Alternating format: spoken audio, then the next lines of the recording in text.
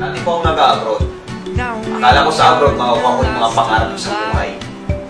Hindi pala. Iposte ko ng bahay, hindi ko po naitayo. Samantalang sa global, sa maikling panahon lang, nakuha ko po yung pangarap ko.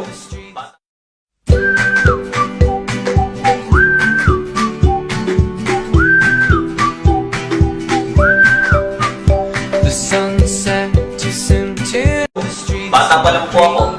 Gusto ko na magkaroon ng sasakyan. Yes, grabe! Dati kong OFW ngayon.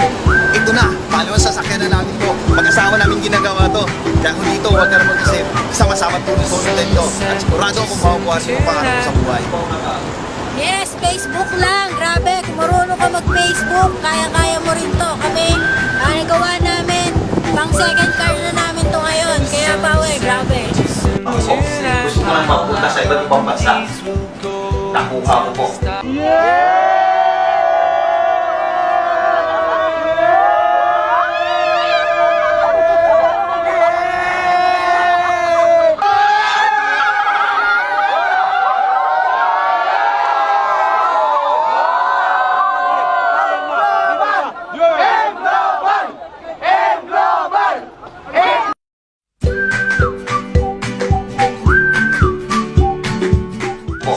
Bata pa lang po ako, gusto ko na magkaroon ng magandang bahay. Dahil yung bahay ko namin sa probinsya, barong-barong lang. Pero dahil sa global, just in 4 years lang, bahay, sasakyan, travel abroad, binigay ko sa akin ng global. Iba pala ang pakiramdam ko pag nasa magandang bahay ka na nakatira.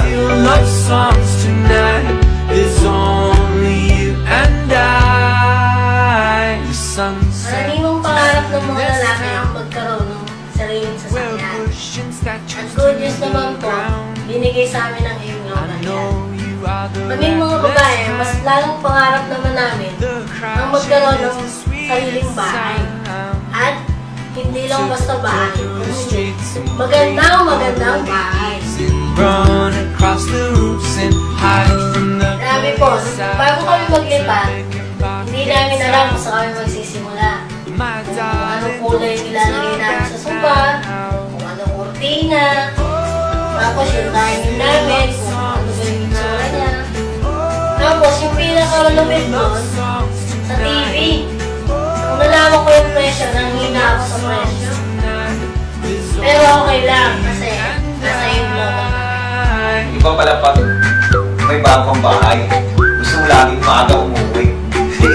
Excited ka, gusto mo makita madalas yung bahay mo. The sunset too soon tonight. Now we are in the last of light. There's only you and I. Espiritu Santo, Amen. Ang pagpapala ng ating Panginoong Jesucristo, ang pag-ibig ng Diyos Ama at ang pagkaisa ng Espiritu Santo, nawa ay sumainyo sa Sa Global, lahat ng pangarap posible. Salamat Global! Power! Grabe!